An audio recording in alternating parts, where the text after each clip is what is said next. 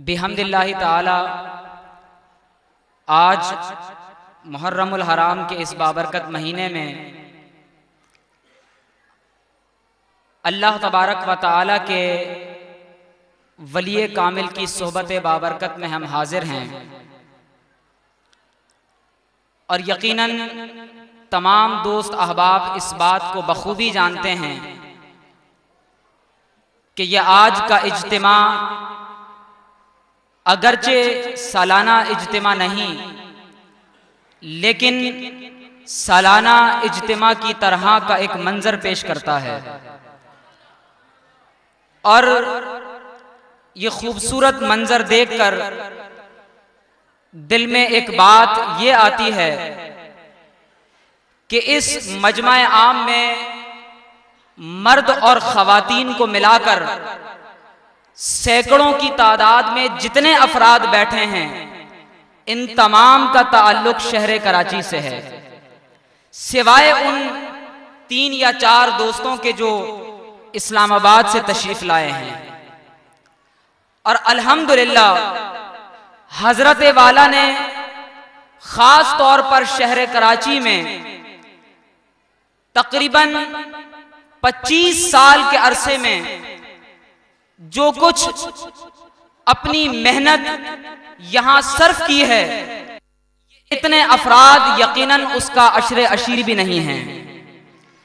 तो ये मंजर देखकर आजिज के दिल में ये बात आती है कि ऐसा क्यों नहीं होता कि हम तमाम दोस्त अहबाब ये मुकम्मल कोशिश करें कि हर जुमातुल मुबारक की नशिस्त इसी तरह से भरी हुई होनी चाहिए, हर जुमातुल मुबारक की महफिल इसी तरह से भरी हुई होनी चाहिए, क्योंकि हम तमाम का ताल्लुक शहर कराची से ही है, जहां हमने दुनियावी मामलात के लिए अपने घंटों को, अपनी साअतों को सर्फ किया हुआ है।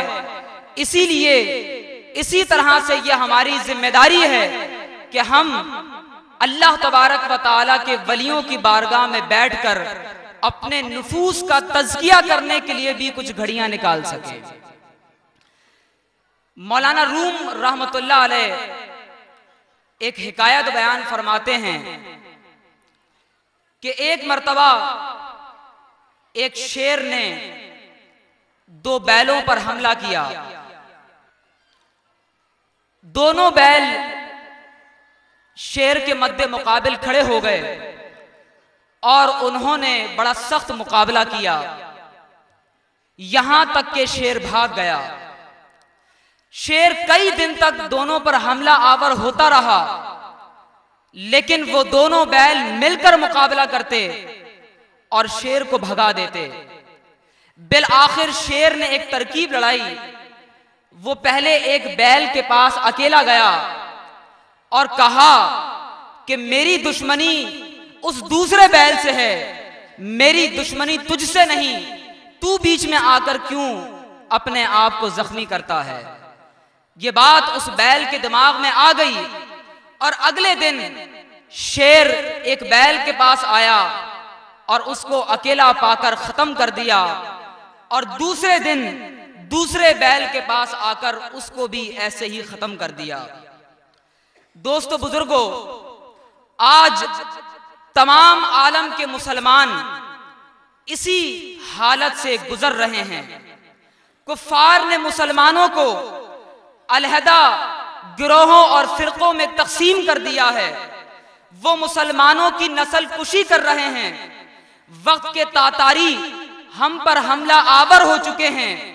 पड़ोसी मुल्क हमला करने के लिए पर तोल रहा है।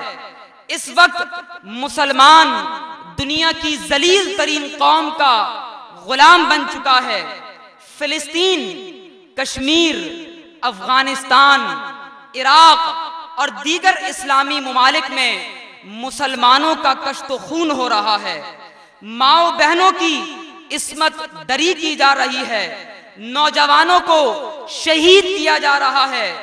गजा में सैकड़ों मासूम बच्चों की लाशों पर माएं रो रही हैं। क़िबला अव्वल आज भी किसी मर्दे मुजाहिद की आजान के लिए तरस रहा है। आज किसी मोहम्मद बिन कासिम की गैरत की जरूरत है, उमर बिन अब्दुल अजीज की फरासत की जरूरत है, अब अय्यूबी और जंगी की जुर्रत की जरूरत है। लेकिन अफसोस इन मुसलमान औरतों की चीख उसके कान में कैसे पड़े जो मुशरिकीन के गाने और राग सुनने में मसरूफ है। रोंदी हुई मसाजिद और क़िबला अव्वल की पुकार उन दिलों को कैसे पारा पारा करे जिनके दिलों पर अग़यार का कब्जा है। इन मुसलमानों पर इन हालत का क्या असर पड़े जो अपनी वज़ाक़ता में, अपनी गुफ्तार और किरदार में, अपने अमल और फिक्र में यहूदो नसारा से इस कदर आगे नजर आते हैं कि यहूदो नसारा भी इनकी शागिर्दी पर नाज़ा हैं। आज हमारी कौम को जिस्मानी और ज़हनी अय्याशी में मुब्तला कर दिया गया है।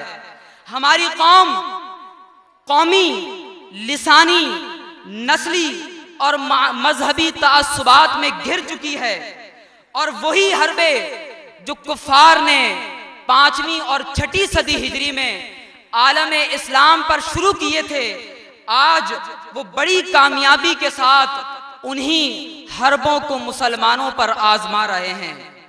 दोस्तों बुजुर्गों, जहां पाक फौज आलम इस्लाम का नुमाइंदा बनकर हमारी तरफ से जिहाद का फरीज़ा सरअंजाम देती है, वहां हम में से हर एक शख्स का ये फरीज़ा है कि हम कुफ़ार यहूदो मुशरिकीन की उन जमीन दोज कार्रवाइयों का खूब भरपूर जवाब दें जो उन्होंने आलम इस्लाम के अंदर फैला रखी हैं। आज जरूरत इस अमर की है कि हम दावत और तबलीग को आम करें, नेकी की दावत दें, बुराई से रोकें, अवाम और खवास में दीनी और रूहानी शऊर बेदार करें और इसके लिए तहरीर व तकरीर और हर किस्म के जदीद जायज़ आलात को इस्तेमाल किया जाए।